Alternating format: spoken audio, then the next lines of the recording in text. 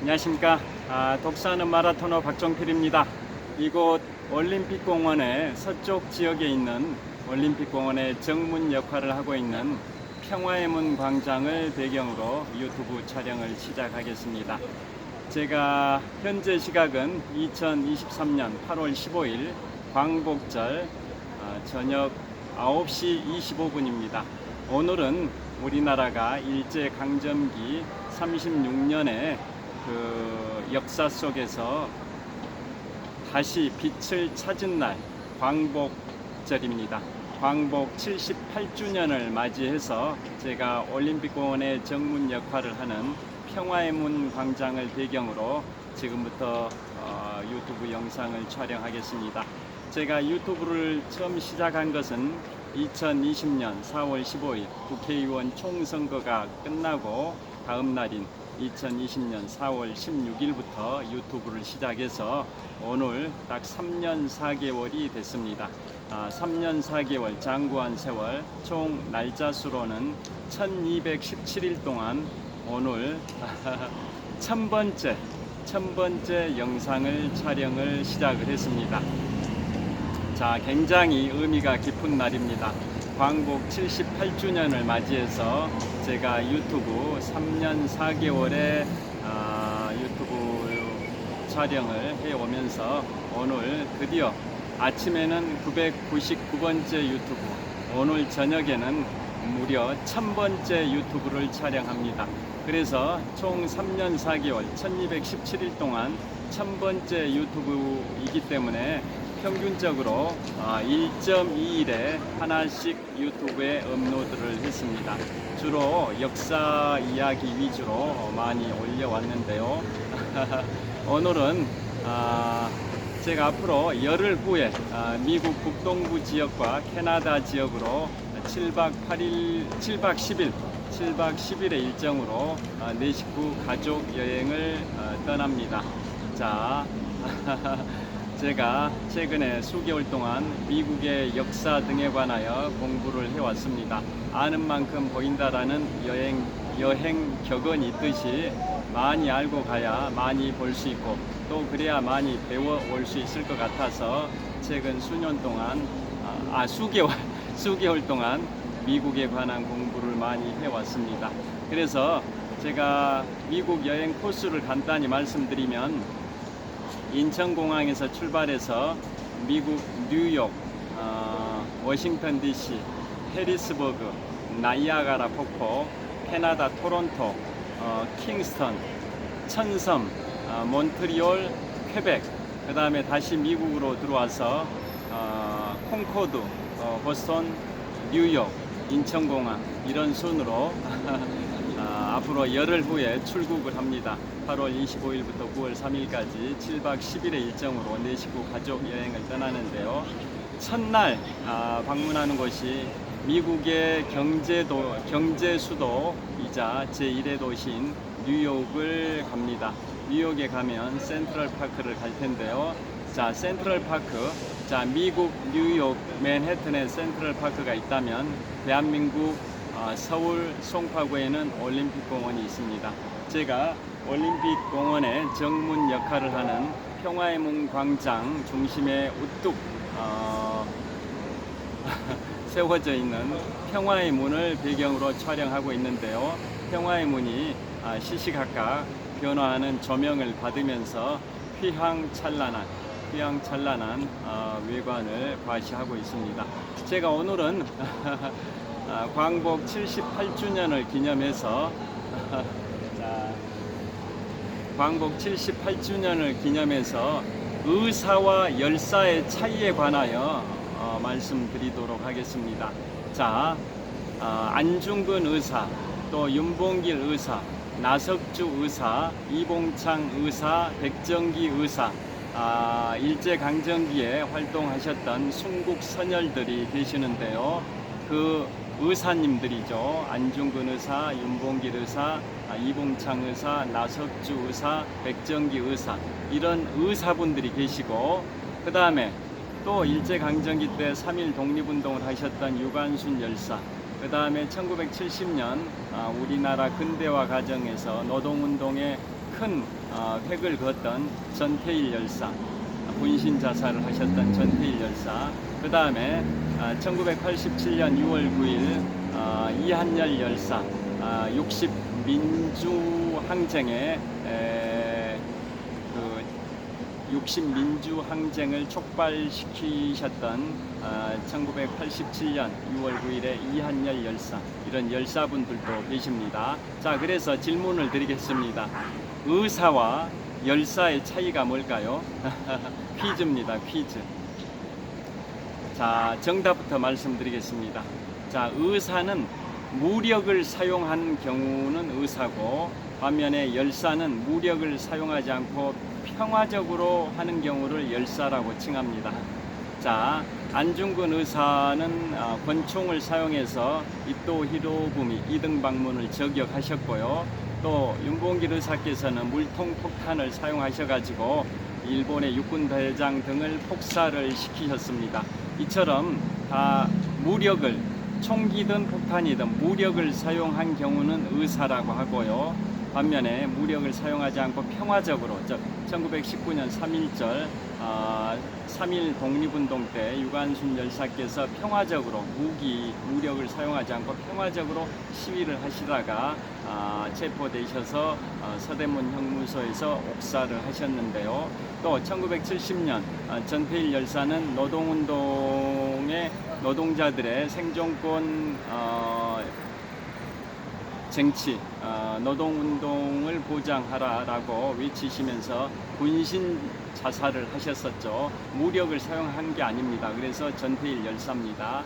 그 다음에 1987년 이한열 열사도 민주주의를 외치면서 무력을 사용하지 않고 평화적으로 연세대 앞에서 시위하시다가 경찰이 쏜 최루탄, 직격탄을 맞고 후두부에 직격탄을 맞으셔가지고 세브란스 병원에 후송됐지만 26일 만에 사망하셨습니다. 이한열 열사도 무력을 사용하지 않고 평화적으로 시위를 했기 때문에 열사입니다. 그래서 정리를 하면 안중근 의사, 윤봉길 의사, 이봉창 의사, 나석주 의사, 백정기 의사, 다 이분들은 폭탄이나 총기, 무력을 사용해서 항일 독립운동을 하셨던 분들이기 때문에 의사라고 칭하고요. 반면에 유관순 열사, 전태일 열사, 이한열 열사, 이런 분들은 무기나 폭탄이나 권총, 이런 무력을 사용하지 않고 평화적으로 시위를 하셨던 분들이기 때문에 열사라고 칭합니다.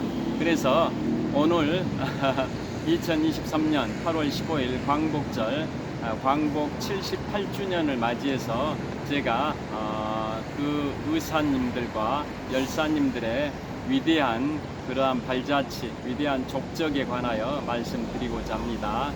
이에 사람들이 계속 지나다니니까 초상권을 침해할 수 있어서 저분들을 안 찍어야 된다라는 걸 의식하다 보니까 좀 신경이 쓰이긴 하는데요. 그래도 이곳이 조명이, 이곳이 어디냐면 올림픽공원의 서쪽 지역에 있는 올림픽공원의 정문 역할을 하는 평화의 문 광장을 배경으로 촬영하고 있는데요. 지금 제가 있는 곳이 지하철 8호선 몽촌 토성역입니다. 자, 지하철 8호선 몽촌 토성역 1번 출구입니다. 지하철 8호선 몽촌 토성역 1번 출구에 그 계단 제일 위에 앉아가지고 촬영하고 있고요.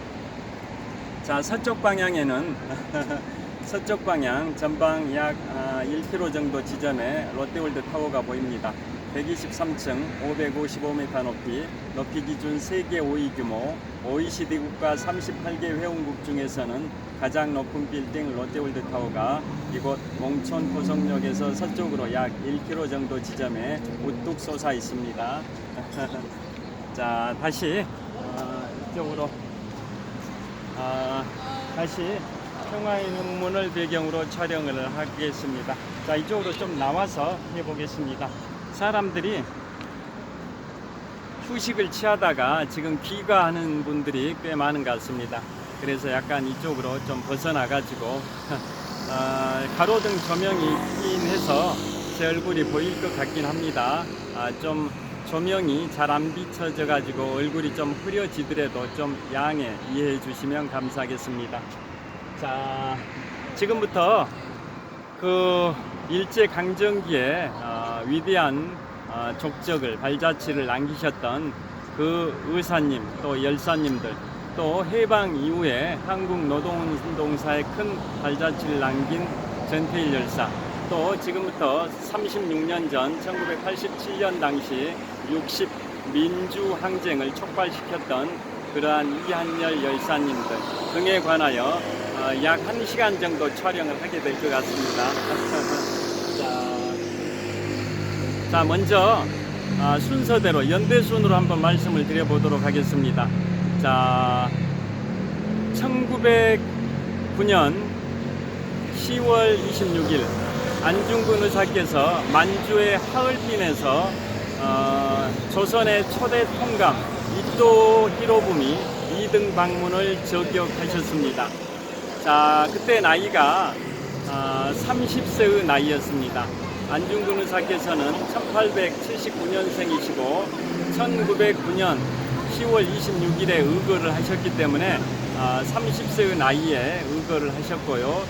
그 의거일로부터 정확하게 5개월 후인 1910년 3월 26일에 리순 감옥에서 순국을 하셨습니다. 교수형으로 순국하셨는데요. 자, 안중근 의사께서 유언을 남기셨습니다. 무슨 유언을 남기셨냐면, 내가 처형당해서 죽거든 나의 시신을 하얼빈 공원에 묻어두었다가 조국이 해방을 맞이하면, 조국이 광복을 맞이하면, 조국이 다시 빛을 되찾으면, 즉 일제강점기로부터 빛을 되찾으면 나의 유해를 조국의 품으로 이장해달라라고 유언을 남기셨습니다. 그게 1910년 3월 26일 순국하시기 직전에 유언을 남기셨는데요. 그로부터 113년의 세월이 흐른 2023년 현재도 안중근 의사님의 유해를 아직도 찾질 못하고 있습니다. 자, 그리고 일제강점기 36년의 억압 속에서 해방된 지 78년이 된 오늘날에도 아직 안중근 의사의 유해를 찾지를 못하고 있습니다. 가장 그 큰 이유는 안중근 의사께서 1910년 3월 26일에 순국하시고 20년 정도 지난 1930년대에 만주 리순 감옥이 지금 중국의 만주 지방 중에서도 동북 삼성이죠. 동북 삼성 중에서도 랴오닝성의 리순시죠. 랴오닝성, 동북 삼성 하면 랴오닝성, 지린성, 그 다음에 흑룡강성, 하이룽장성이라 하죠. 하이룽장성. 자, 동북 삼성이 한자로 료녕성은 중국말로 랴오닝성, 그 다음에 한자로 길림성은 중국말로 지린성, 그 다음에 한자로 흑룡강성은 중국말로 하이룽장성이라고 하지 않습니까? 그 중국의 세 개 동북 삼성, 즉 만주지방 중에서도 가장 서쪽에 있는 게 랴오닝성, 료녕성인데요. 료녕성의 리순시, 그 리순 감옥에서 지금부터 113년 전인 1910년 3월 26일에 교수형으로 처형되셔서 순국을 하셨는데요.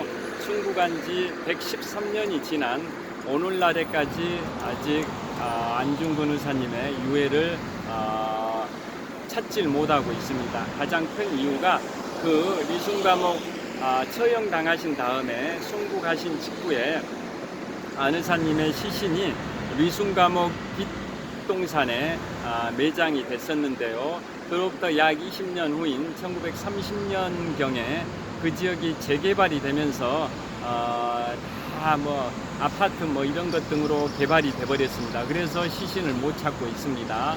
현재 중국 입장에서도 그 항일 투쟁 전선에 있어서는 중국이나 대한민국이나 같은 입장이었기 때문에 동병상련의 그런 입장이었기 때문에 항일 전선에서 동지 관계라고도 할 수 있는 중국 입장에서는 우리 안 의사님의 유해를 찾기 위해서 많은 도움을 준다고는 했는데요. 그 1930년대 재개발 등으로 인해 가지고 유해를 아직까지 못 찾고 있습니다. 자, 그 안 의사님의 그 위대한 업적에 대해서 자, 중국의 속담에 그런 말이 있습니다. 혁명을 하려거든 순원처럼 하고 산의 대장부가 되려거든 안중근처럼 해라 라는 중국 속담이 있고요.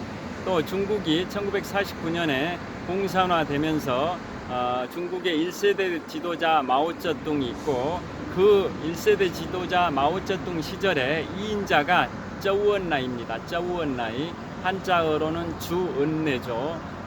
중국의 1세대 지도자 마오쩌둥이 중국 국가주석을 할 때 쩌우언라이, 주은내는 중국 총리를 했었습니다. 그 쩌우언라이도 그런 말을 했습니다. 중국 속담이기도 하고 쩌우언라이가 또 강조해서 말을 했는데요. 혁명을 하려거든 순원처럼 하고 산의 대장부가 되려거든 안중근처럼 해라 라는 말이 있을 정도로 중국에서도 안중근 의사를 최고로 격찬을 했었습니다. 자, 혁명을 하려거든 왜 순원처럼 하냐?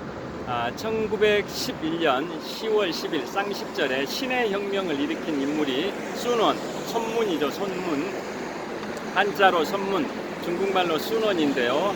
자, 제가 지금부터 6년 전 2017년 크리스마스 이브 직전에 대만을 4박 5일 동안 가족 여행을 갔었는데요. 대만의 타이베이에 중국의 국부로 추앙받는 선문, 즉 순원을 기리는 국부기념관이 있고 또 중국의 국민당 총통 장제스를 기리는 중정기념당도 있습니다. 두 군데 다 갔었었는데요. 그리고 중국 고궁 박물원도 있고요. 자, 그 중에 중국의 국부 순원을 기리는 국부기념관 그것도 방문을 했었습니다. 자, 그 순원이 왜 그렇게 유명하냐? 수천 년 동안의 전제 군주정을 무너뜨리고 공화정을 가져온 혁명이 바로 신의 혁명입니다. 1911년 10월 10일의 신의 혁명, 쌍십절이라고 하는데요. 그 신의 혁명은 수천 년 동안의 군주정을 무너뜨리고 공화정을 가져온 계기가 된 혁명이기 때문에 굉장히 중요한 거고, 중국 대만의 그 국민당 정부든 중국 본토, 중국 대륙의 공산당 정권이든 양쪽 모두로부터 추앙을 받는 인물이 수천 년의 전제 군주정을 무너뜨리고 공화정을 가져온 신의 혁명의 주도자 순원, 선문입니다. 그래서 중국에서는 공산당이든 국민당 정부든 양쪽으로부터 나라를 세운 아버지, 국부로 추앙받는 인물이 순원, 선문입니다. 자, 그래서 대만의 타이베이에 선문을 기리는 그 국부기념관을 방문을 했었습니다. 6년 전 대만 여행 때 갔었습니다. 자, 그래서 중국 속담과 또 쩌우언라이 전 중국 총리가 했던 혁명을 하려거든 순원처럼 하고 산의 대장부가 되려거든 안중근처럼 해라 라는 말이 있을 정도로 중국에서도 안중근 의사를 굉장히 격찬을 하고 존경을 하고 있다라는 말씀을 드리는 겁니다. 그리고 자, 서울 용산구 효창동에 가면 효창공원이 있습니다. 자, 그 얘기부터 말씀드리는 게 이해가 빠르실 겁니다.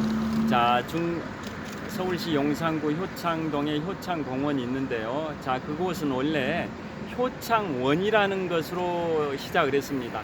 조선 후기 때 왜 거기가 효창원이었냐면, 자, 제가 조선 왕조 500년 관련해서 무덤의 종류 등급을 말씀드리겠습니다. 왕비나 왕의 무덤, 왕이나 국왕이나 왕비의 무덤을 릉이라고 합니다. 조선 왕 릉 할 때 릉. 국왕이나 왕비의 무덤은 릉이라고, 그에 반해서 정식 왕비가 정비가 아닌 후궁들의 무덤이나 또 세자의 무덤, 그러니까 차기 대권 주자를 세자라고 하죠. 세자나 후궁들의 무덤은 원이라고 합니다. 원. 그리고 세자도 아니고 일반 왕자나 이런 사람들은 다 묘라고 합니다. 묘. 그리고 그 중간 등급에 해당되는 원은 또 임금의 아버지를 또 묻은 그 무덤을 또 원이라고 하기도 합니다. 자, 대부분 임금의 아버지들은 임금 출신들이 많죠. 그런데 그렇지 않은 경우도 있습니다. 군주정이라는 것은 국가의 지도자를 왕이 세습을 통해서 승계하는 게 군주정이고, 공화정은 국민이 국가의 지도자를 선출하는 게 공화정이라는 거 다 아실 텐데요. 자, 조선왕조는 군주정이기 때문에 당연히 왕의 아버지는 왕이었을 가능성이 많죠. 그런데 예외가 있습니다. 조선의 26대 국왕인 고종은 아버지가 흥선대원군인데요. 흥선대원군은 왕을 하질 못했습니다. 그냥 자신의 아들이 고종이 됐을 뿐이지, 왕이 됐을 뿐이지, 흥선대군 자신은 왕을 못했습니다. 자, 그래서 왕의 아버지 흥선대원군의 묘도 원이라고 합니다. 원. 다시 정리해서 말씀드리면, 왕이나 왕비는 무덤을 릉이라 하고, 그 다음에 후궁들, 왕의 본부인이 아닌 후궁들, 그 다음에 왕세자, 그 다음에 왕의 아버지의 무덤은 원이라고 합니다. 원. 그리고 그 외의 일반 왕자들, 공주들, 옹주들 뭐 이런 사람들의 무덤은 그냥 일반인처럼 묘라고 합니다. 묘. 자, 그래서 지금 효창공원 말씀드리면서 효창원을 말씀드리는데요. 왜 효창공원의 뿌리가 효창원이냐면, 그 자리에 조선의 22대 임금 정조 임금의 장남인 무뇨세자의 무덤이 있었습니다. 세자니까 그 무덤의 등급이 가운데 해당되는 원입니다. 그래서 효창원이었습니다. 그리고 그 세자의 친모인 조선 22대 임금 정조의 후궁이죠. 의빈성씨, 정조의 후궁인 의빈성씨, 후궁의 무덤은 기본적으로 후궁의 무덤은 이제 원이라고 말씀드릴 수가 있는데요. 자, 그 의빈성씨의 무덤도 근처에 있습니다. 자, 그래서 그 22대 조선 22대 정조의 장남인 무뇨세자의 무덤이 있었기 때문에 세자의 무덤이니까 원인 거고, 그래서 효창원입니다. 그런데 일제강점기 그 시기에 효창원이 경기도 고양시의 서삼릉으로 옮겨갔습니다. 그 뒤로 해방 이후에 그쪽에 우리나라의 순국 선열들의 묘를 다 그쪽으로 모시자라는 여론이 조성이 됐습니다. 그래서 지금은 그 효창공원에는 삼의사묘역이 있습니다. 삼의사묘역. 자, 그래서 그 삼의사묘가 누구누구의 묘가 있냐면, 자, 먼저 윤봉길 의사, 그 다음에 이봉창 의사, 그 다음에 백정기 의사, 이 세 분의 의사의 묘가 거기에 있고요. 그래서 삼의사묘역이라고 합니다. 자, 윤봉길 의사, 이봉창 의사, 백정기 의사. 그런데 그 삼의사의 묘 바로 가장 왼쪽에 누구의 묘비가 세워져 있냐면 바로 안중근 의사의 묘비도 세워져 있습니다. 그런데 거기에 유골은 없는 거죠. 유골은 없습니다. 왜냐? 아직 안중근 의사님의 유해를 찾아내질 못했기 때문에 안중근 의사님의 묘비는 세워져 있지만 유해가 거기에 안장되어 있지는 않습니다. 안장되어 있는 삼의사님은 윤봉길 의사, 이봉창 의사, 백정기 의사 세 분의 유해는 거기에 있고 묘비도 세워져 있는데요. 가장 왼쪽에 안중근 의사의 묘비는 있지만 유해는 없는 이유가 안 의사님께서 1910년 3월 26일에 순국하신 지 벌써 113년이라는 장관 세월이 흘렀고, 또 우리가 일제강점기 36년에 그 억압과 핍박 속에서 암울했던 그 36년의 역사에서 해방을 맞이한 지 오늘이 딱 78년이 된 날인데요. 아직까지도 안중근 의사님의 유해를 찾질 못하고 있어서 거기 효창공원의 삼의사 묘역에는 세 분의 의사님의 유해는 있지만 안중근 의사님의 유해는 없고 묘비만 세워져 있습니다. 나중에 언젠가는 안 의사님의 유해를 찾아서 그쪽에 안장을 하게 된다면 이제는 삼의사묘역이 아니라 사의사묘역이 될 겁니다. 자, 그래서 그 의사님들의 그러한 행적에 관해서 그 애국적인 그 독립 그 공적에 관하여 간단히 말씀드리겠습니다. 그래서 제일 먼저 연대순으로 말씀드리면 1909년 10월 26일 만주의 하얼빈에서 안중근 의사께서 30세의 나이로 조선의 초대 통감 이토 히로부미 2등 방문을 저격을 했다라는 것은 삼척동자도 다 아는 내용이고요. 그로부터 딱 5개월 후에 1910년 3월 26일에 위순 과목에서 순국을 하셨습니다. 자, 그리고 그해 안 의사께서 순국하신 1910년에 우리나라는 한일 강제 병합이라는 그 일제강점기가 시작이 됩니다. 안 의사님의 그런 애국적인 항일 투쟁에도 불구하고 결국 우리나라는 일본에 의해서 식민지가 돼버리는 그러한 뼈저린 그러한 아픈 암울했던 역사가 있습니다.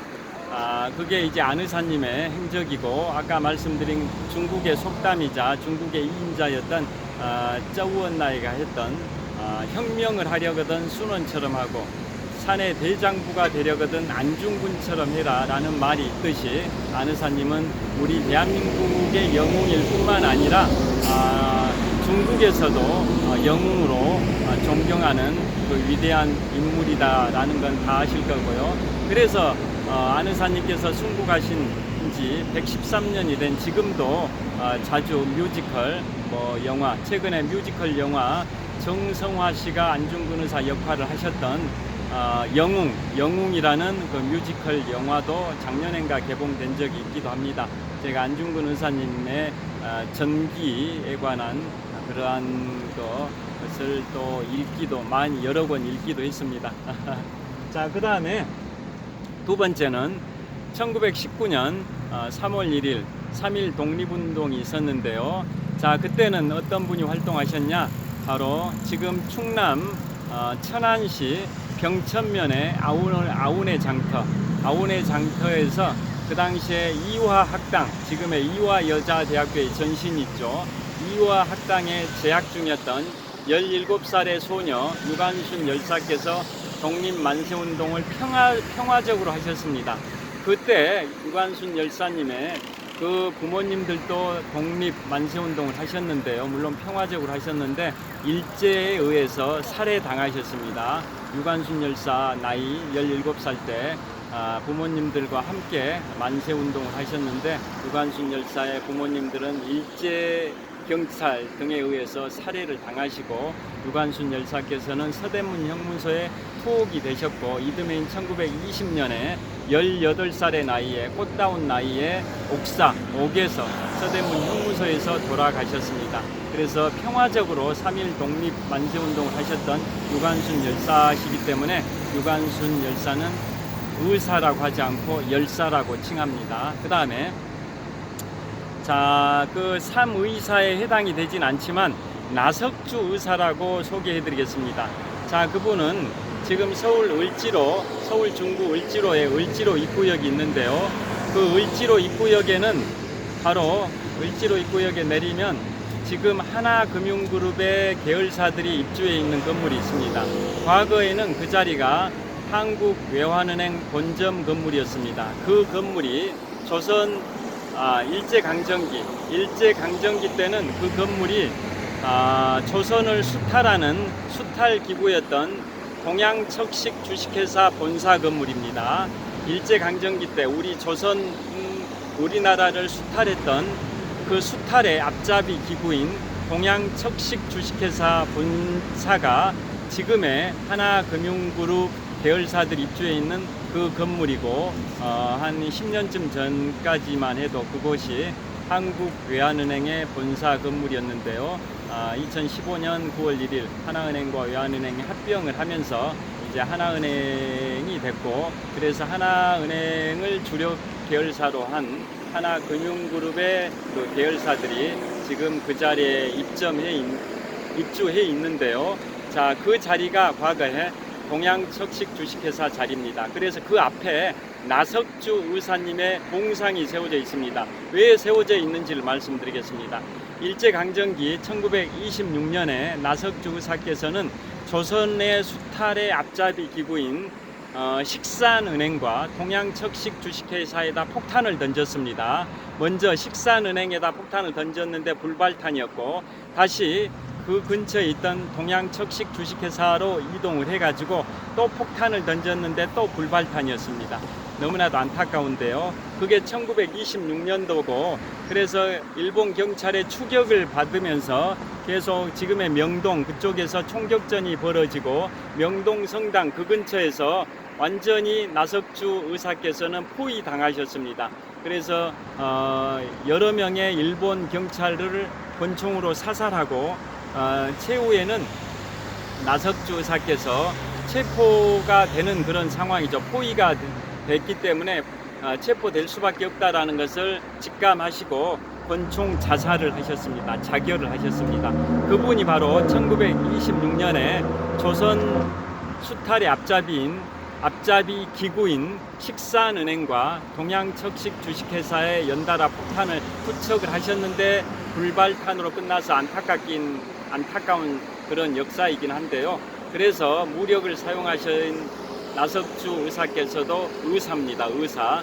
그래서 동양척식 주식회사 그 본사 자리, 지금의 하나금융그룹 계열사들이 입주해 있는 그 건물, 과거의 한국외환은행 본점 건물, 그 건물 앞에 을지로 입구역에 내리면 명동 진입로, 거기에 세워져 있습니다. 나석주 의사님의 동상이.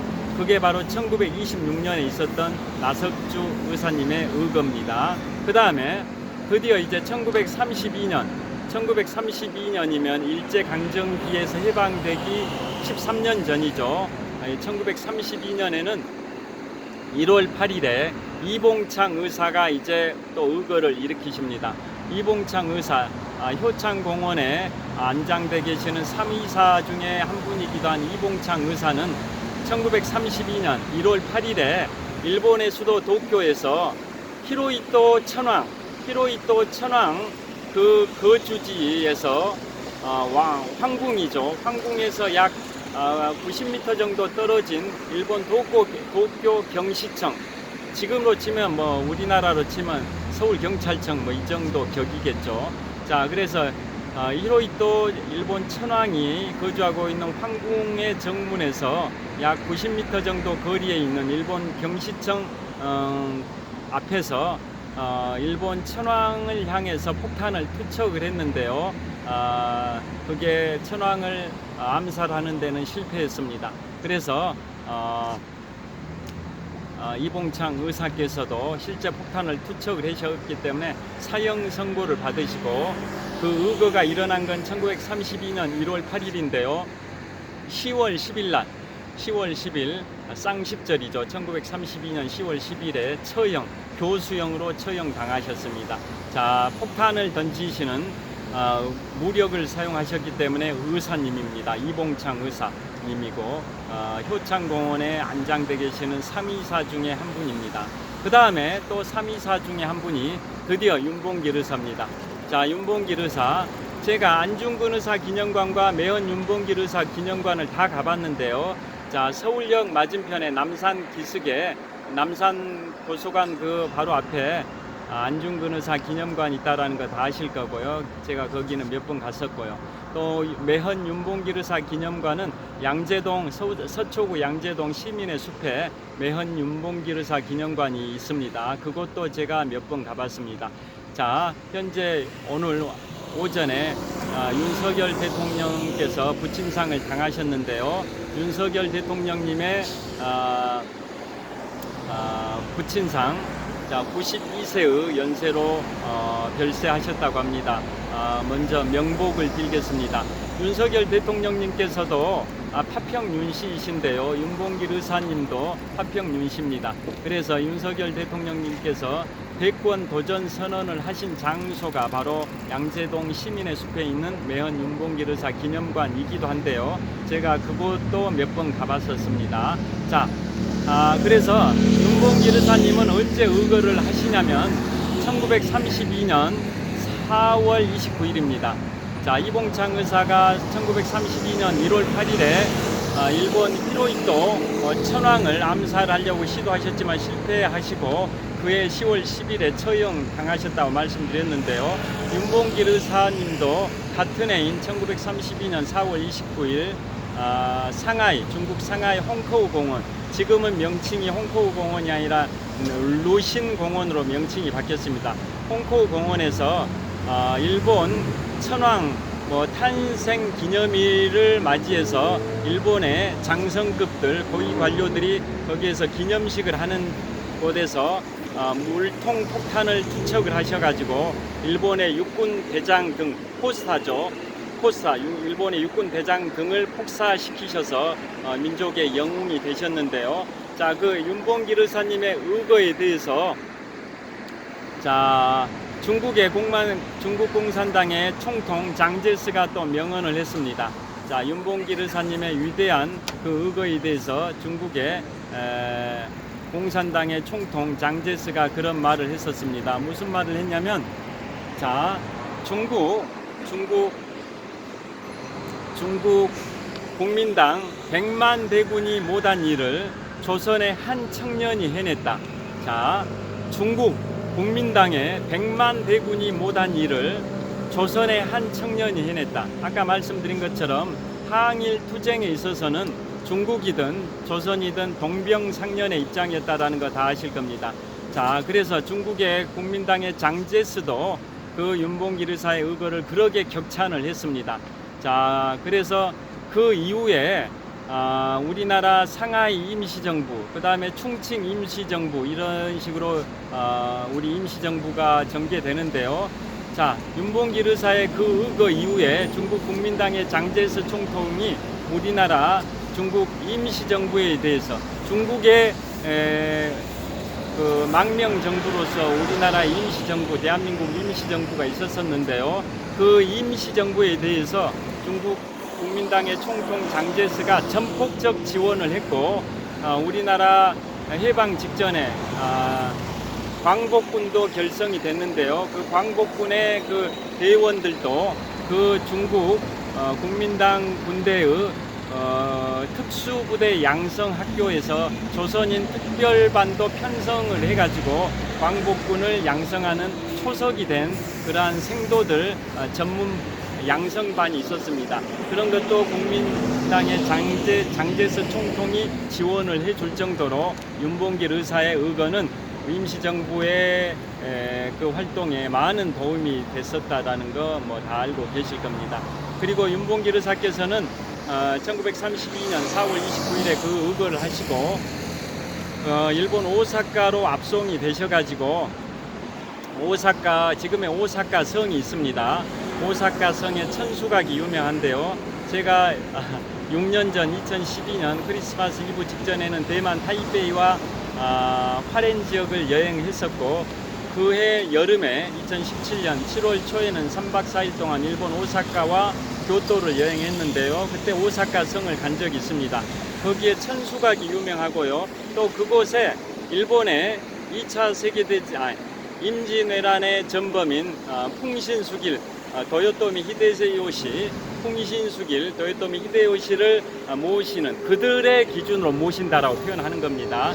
일본인들이 모시는 그 풍신수길 도요토미 히데요시 사당도 그 오사카 성에 있습니다. 그래서 그 오사카 성 그 도요토미 히데요시 사당 쪽으로 가다 보면 바로 옆에 그 일제강점기 때 일본 육군 형무소 자리가 있습니다. 그 형무소로 윤봉길 의사께서 옮겨집니다. 거기에서 수개월 동안 톡 되시다가 처형되시기 직전 하루 전에 다른 지역으로 이감되셔가지고 처형이 되셨는데요. 처형되신 날이 1932년 12월 19일입니다. 1932년 12월 19일에 처형당하셨는데요. 그때 나이가 24살의 나이입니다. 자, 안중근 의사께서는 1879년생이시고 1910년에 처형당하셨으니까 31살의 나이에 처형당하셨고 그 당시에 처자식이 다 고국에 계셨었죠. 그 다음에 윤봉길 의사께서는 1908년생이시고 1932년에 24살의 나이에 처형당하실 때 그때 또 처자식께서 다 충남 예산에 고향에 다 계신 상황이었었습니다. 정말 개인과 가족을 생각했다면 그러한 의거를 하실 수 없었을 텐데 국가와 민족을 위해서 살신성인을 하신 겁니다. 그 평범한 사람들은 흉내내기도 어려운 그 목숨을 바쳐가지고 대한민국의 독립을 위해서 위대한 의거를 하신 분들이 바로 안중근 의사와 윤봉길 의사, 이봉창 의사, 또 뭐 백정기 의사, 나석주 의사님들이실 텐데요. 자, 그래서 윤봉길 의사께서는 효창 공원에 안장돼 계시는 3위사 중에 이제 두 번째로 윤봉길 의사를 소개해드렸습니다. 아까 같은 해에 그 이봉창 의사, 그 다음에 또 윤봉길 의사, 마지막으로 이제 백정기 의사를 말씀드리겠습니다. 자, 백정기 의사는 그 이봉창 의사님과 윤봉길 의사님의 그 의거 다음 연도인 1933년도에 의거를 하셨는데요. 그분은 중국 상하이에서, 윤 의사께서도 중국 상하이에서 의거를 하셨듯이 백정기 의사께서도 중국 상하이에서 의거를 하셨는데요. 자, 어떤 의거였냐면 일본인이 운영하는 어떤 큰 식당에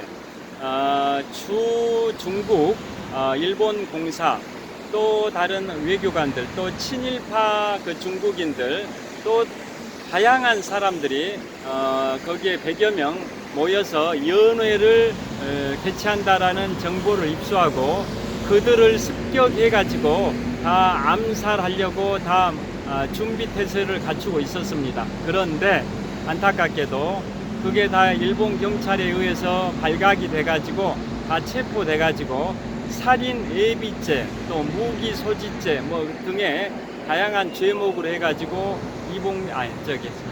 백정기 의사님께서는 무기징역을 선고받으셨습니다. 무기징역. 그게 1933년도 백정기 의사님의 의거인데요. 자, 결국은 뭐 실제 의거를 실행하진 못했지만 살인 예비죄 등의 혐의로 인해 가지고 무기징역을 선고받으시고 투옥이 되셨고 폐결핵, 지병인 폐결핵이 악화되셔가지고 이듬해인 1934년에 그 감옥, 나가사키 감옥에서 순국을 하셨습니다. 옥사를 당하신 거죠. 유관순 열사님이 1920년에 서대문 형무소에서 옥사, 감옥에서 돌아가신 것을 옥사라고 하지 않습니까? 유관순 열사께서 1920년 서대문 형무소에서 옥사 당하셨듯이 백정기 의사님께서는 1934년에 나가사키 형무소에서 옥사 당하셨습니다. 자, 지금까지 이제 안중근 의사님, 그 다음에 유관순 열사님, 그 다음에 이봉창 의사님, 윤봉길 의사님, 그 다음에 백정기 의사님에 관하여 말씀드렸고요. 그래서 이 중에 윤봉길 의사님, 이봉창 의사님, 백정기 의사님이 용산구 효창공원에 3의사 묘역에 유해가 안장돼 계시고 그래서 3의사 묘역이라 하는데요. 그에 반해서 안중근 의사님은 유해를 아직도 못 찾아서 묘비만 세워나왔기 때문에 가묘, 임시묘를 가묘라고 하죠. 임시가자, 묘자에서 가묘. 가묘 형태로만 안중근 의사님의 묘는 거기에 세워져 있고 유해는 없습니다. 묘비만 있습니다. 자, 그 다음에 이제 해방 드디어 1945년 8월 15일 지금부터 정확하게 78년 전, 지금부터 정확하게 78년 전입니다. 오늘이 2023년 8월 15일 광복 78주년이기 때문에 오늘로부터 정확하게 78년 전인 1945년 8월 15일에 우리나라가 일제강점기 36년에서 해방을 맞이했는데요. 자, 해방을 맞이하고 나서 이제 열사